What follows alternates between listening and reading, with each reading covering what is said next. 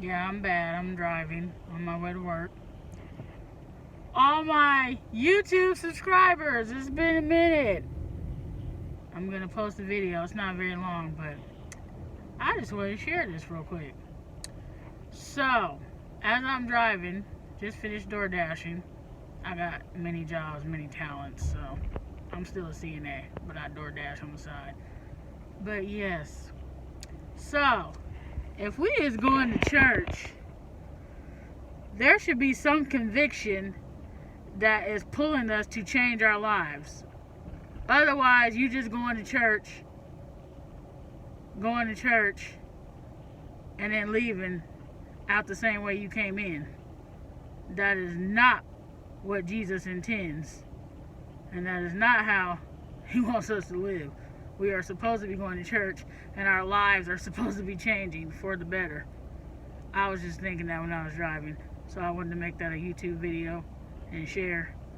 If you're going to church, there should be a conviction, and I'm going to just throw something out there. Sins are sins. Yes, I know that, for people that like to throw that in people's face. If you still having sex outside of marriage, you still drinking that liquor, what is it, the favorite for everybody out there, that Patron, that Casamigos, you still drinking that, but you call yourself going to church on Sunday, God ain't convicting you very well. There should be a change wherever church you go to where you don't want to do that anymore. As for myself, when I go to church, I just want more and more of Jesus. I don't want nothing else like I used to. But you got to get to a point where you only want him and not that alcohol or that booty call or whatever you're struggling with. You got to get to that point where you don't want it no more. Because there is a heaven or hell that you're going to go to. And everybody always say, I'm tired of people judging me. I'm tired of people doing this. I'm tired of people doing that. Baby, if I didn't love you, I would let you bust hell wide open. If I tell you something, it's not because I'm judging you.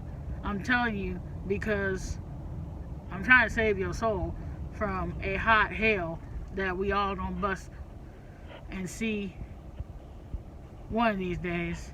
People think, oh, they talked about that for years. That's because it's gonna happen. Do you really think he gonna let you know when he come back? Or when the devil gonna take your soul? Or however that happens? No, they gonna catch you off guard.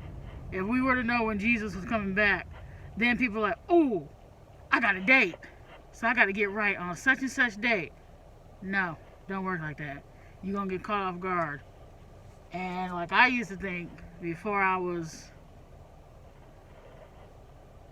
unstupid or stupid, however you want to put it.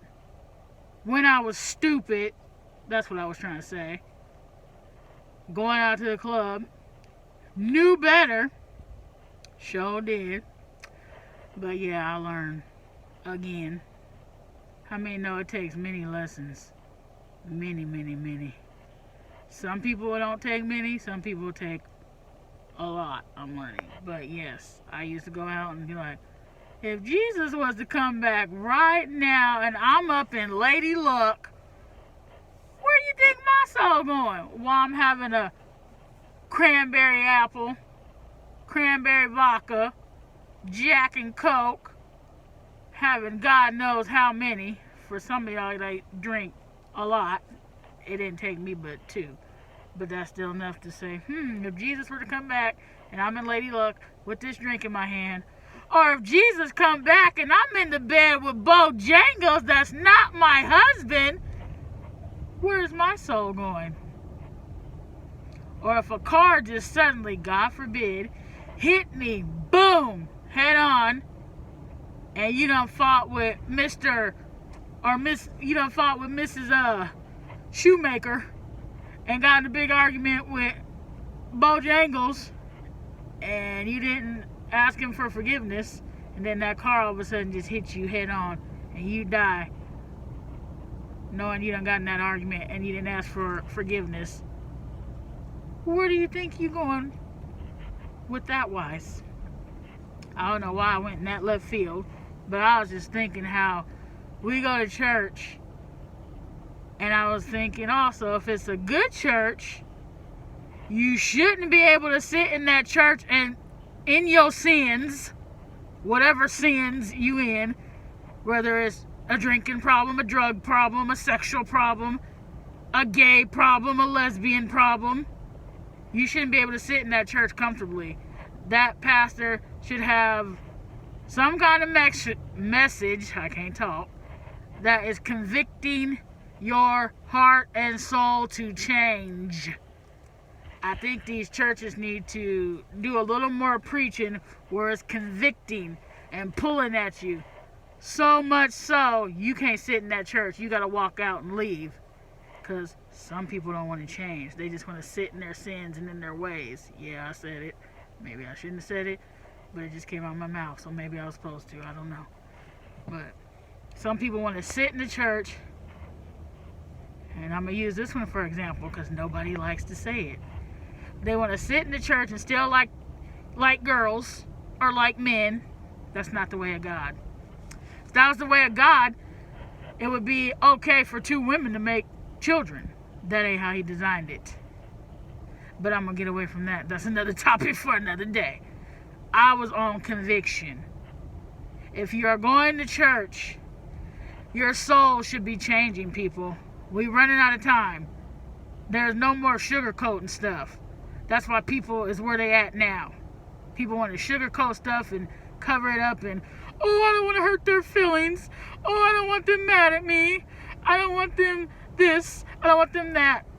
I'd rather you be mad at me and I told you the truth, because when I see Jesus, and they be like, why didn't you tell your brother such and such?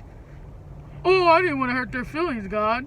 Oh, so you rather them go to hell and spare their feelings?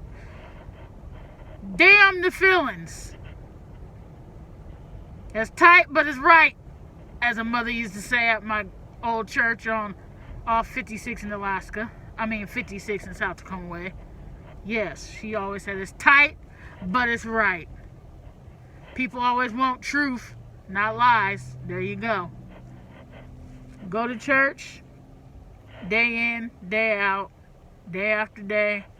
Some of us go to prayer, Bible study, Sunday morning service, Bible or Sunday school, and ain't living about a hill of beans of a life, as my grandma would say. Time out for that. Do you see the world we living in?